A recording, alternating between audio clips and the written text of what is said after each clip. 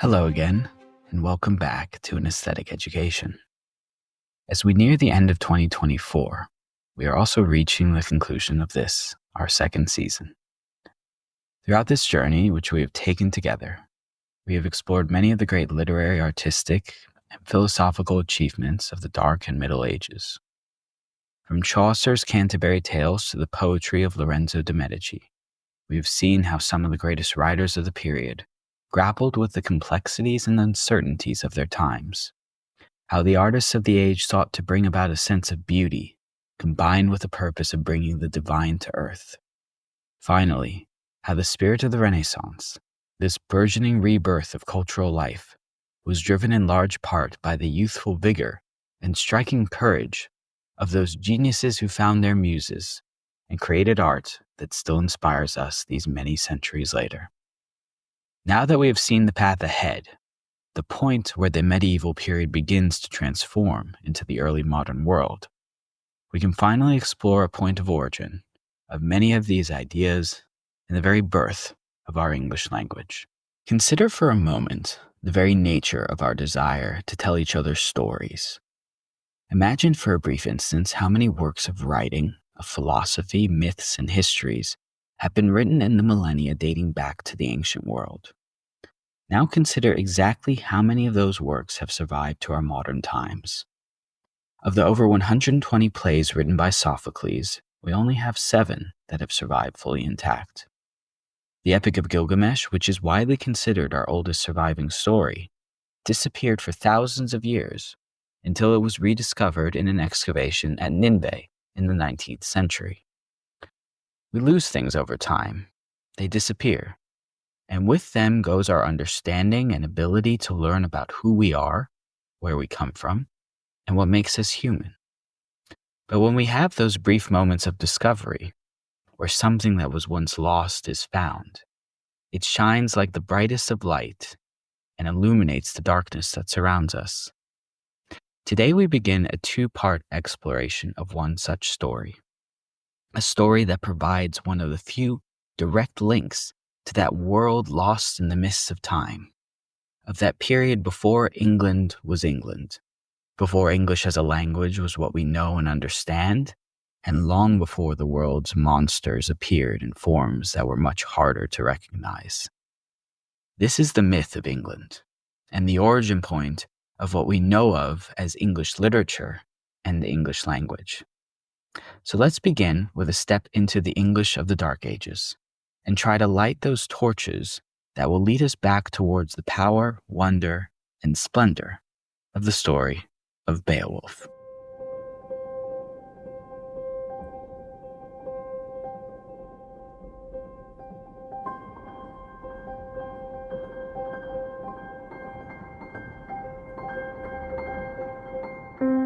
Much like the works of Sophocles and the Epic of Gilgamesh, Beowulf too disappeared from our world for a number of centuries.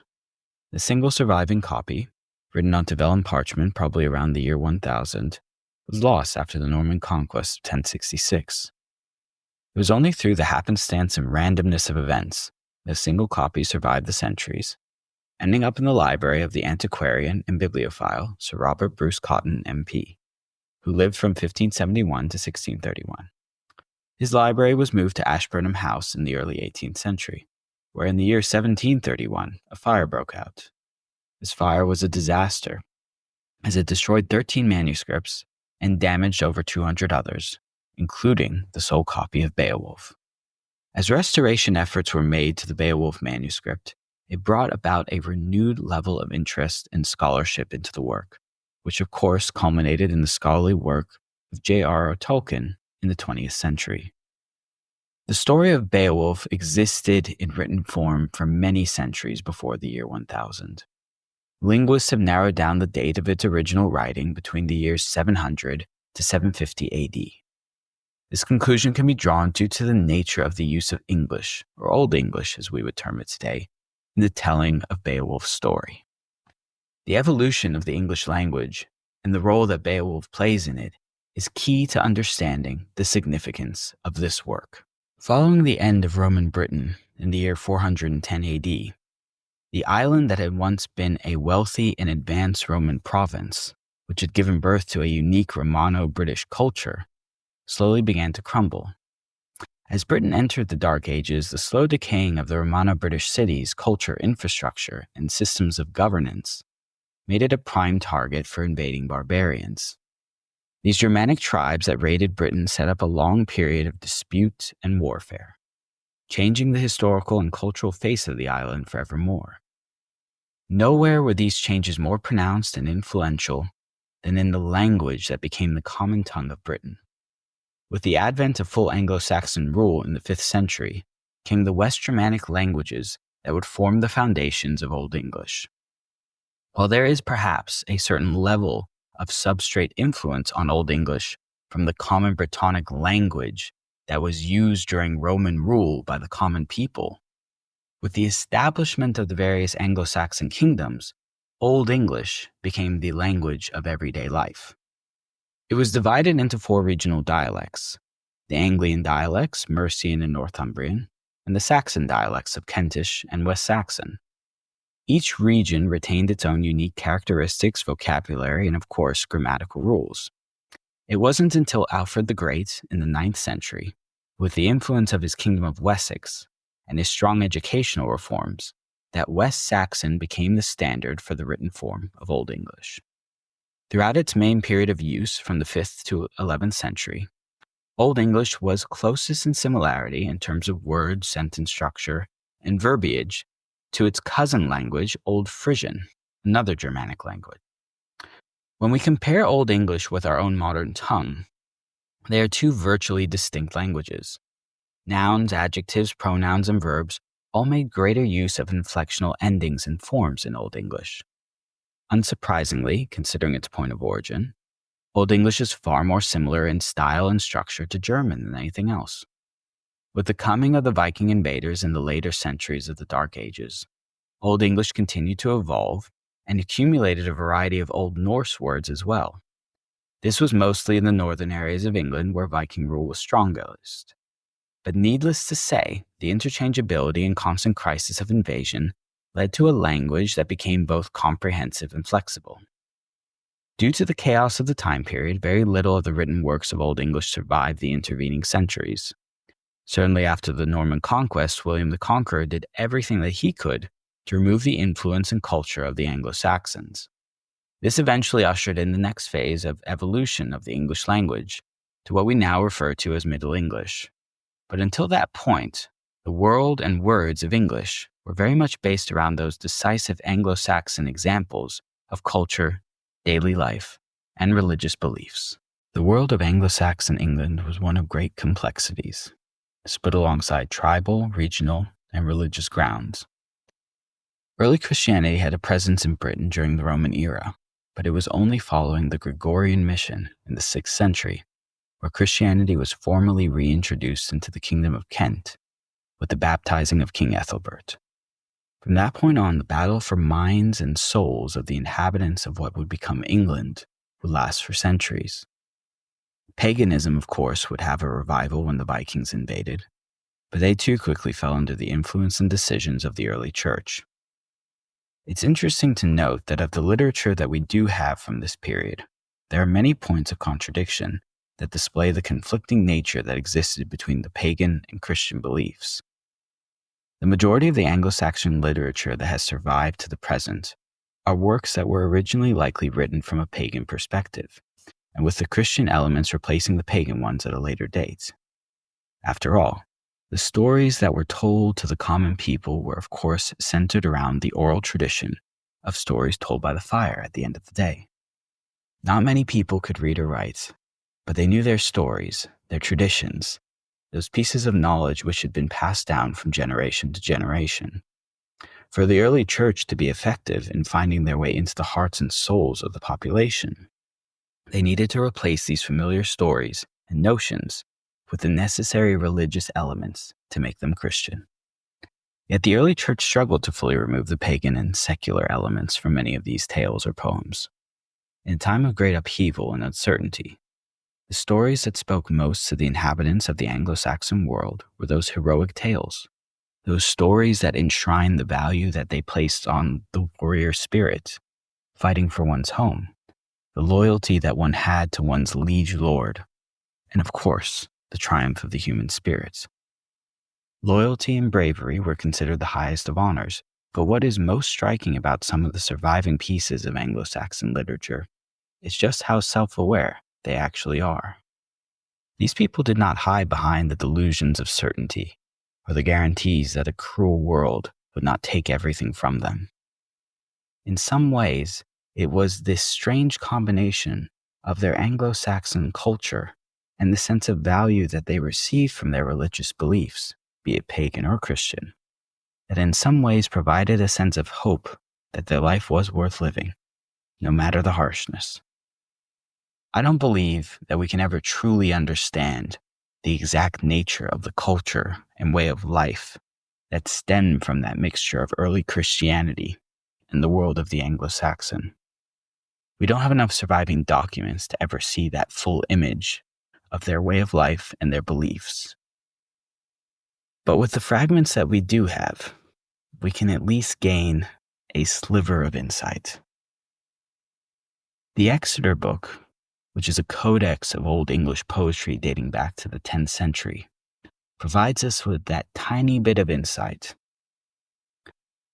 Let us now listen to the words of one unnamed poet, who through what can only be described as an elegy, shows us the struggles and the mindset of hope that existed in the mind of a warrior who had lost his liege lord and his home. This is The Wanderer.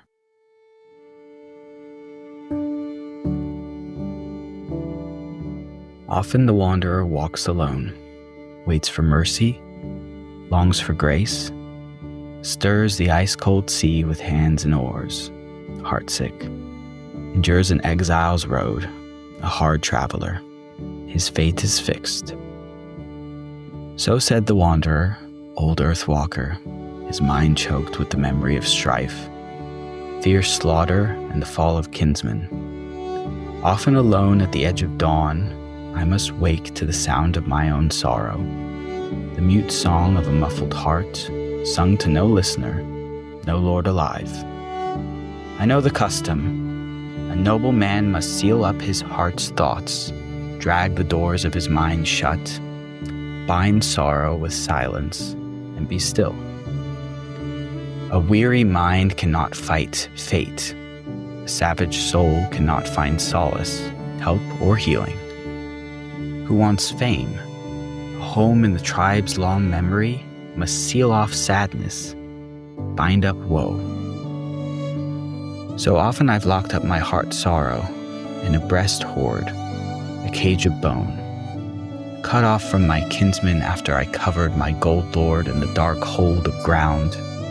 I went winter sad with the weight of years, over the winding waves, seeking some lord who might heal my history, hold my heart, welcome me home with gifts or grace. A man without country, without kin, knows how cruel it is to have sorrow as a sole companion. No one waits to welcome the wanderer except the road of exile itself.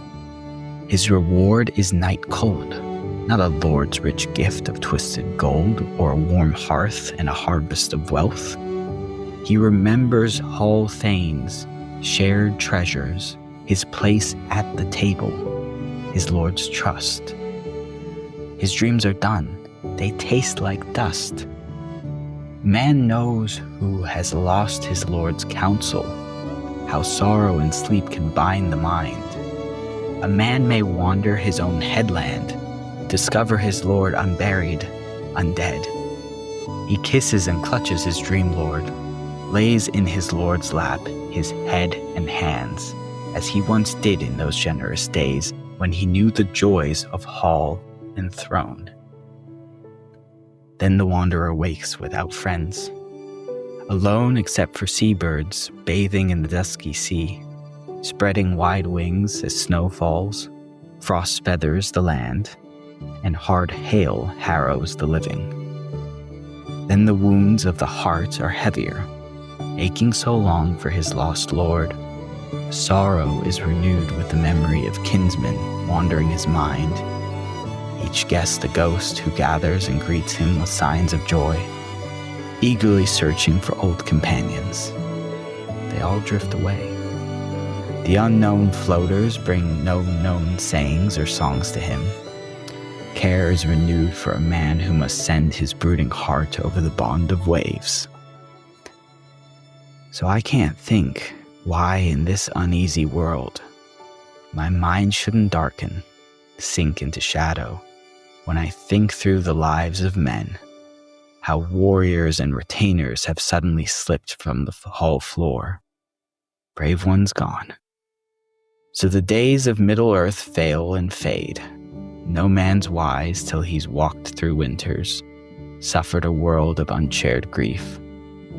A wise man must be patient, not hard-hearted, not quick-tongued, not weak-willed at war, not reckless or unwitting, not eager to boast before he has thought things through. A warrior must wait when he makes a vow until his mind is sure and his heart strong, and he can read the road his traveling takes. The wise warrior knows how ghostly it will be when all this world's wealth is a wasteland, as Middle Earth is now in many places. Wall fragments stand blasted by winds, covered by frost, ruined hallways and snow. Wine halls decay, lords lie dead, deprived of joys. The proud troop has fallen by the wall. War took some on a long death road. Bird bore one over the deep sea. The grey wolf shared one with death. The sad-faced earl hid one in an earth hole, a bleak barrow. So the maker of men laid waste to the world until the old works of giants stood idle and empty of the hall joys of men. The wise man who ponders the ruin of a life, the hall that crumbles into a broken wall, the hall guest now only memory's ghost, remembers slaughter and strife, crying out, "Where has the horse gone? Where is the rider? Where is the giver of gifts? Where is the seat of feasting? Where is the hall joy? Gone is the bright cup. Gone is the mailed warrior. Gone is the glory of the prince.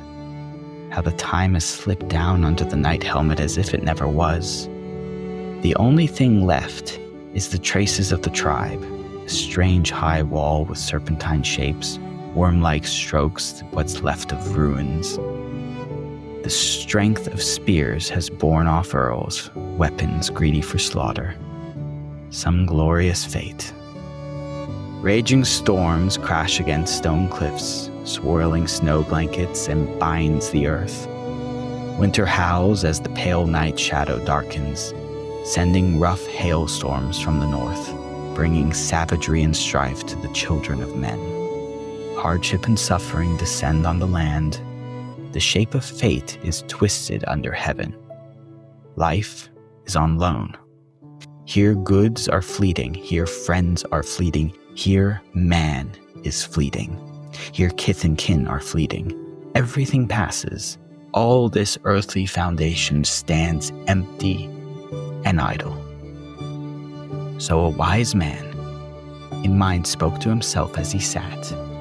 Good is the man who holds trust, keeps faith, never speaks too quickly about the storm of his pain or passion unless he knows how to perform a cure on his own heart. It is well for a man to seek mercy for himself from his Father in heaven, where security stands, and where we can still find beyond perishing a permanent place, an eternal home.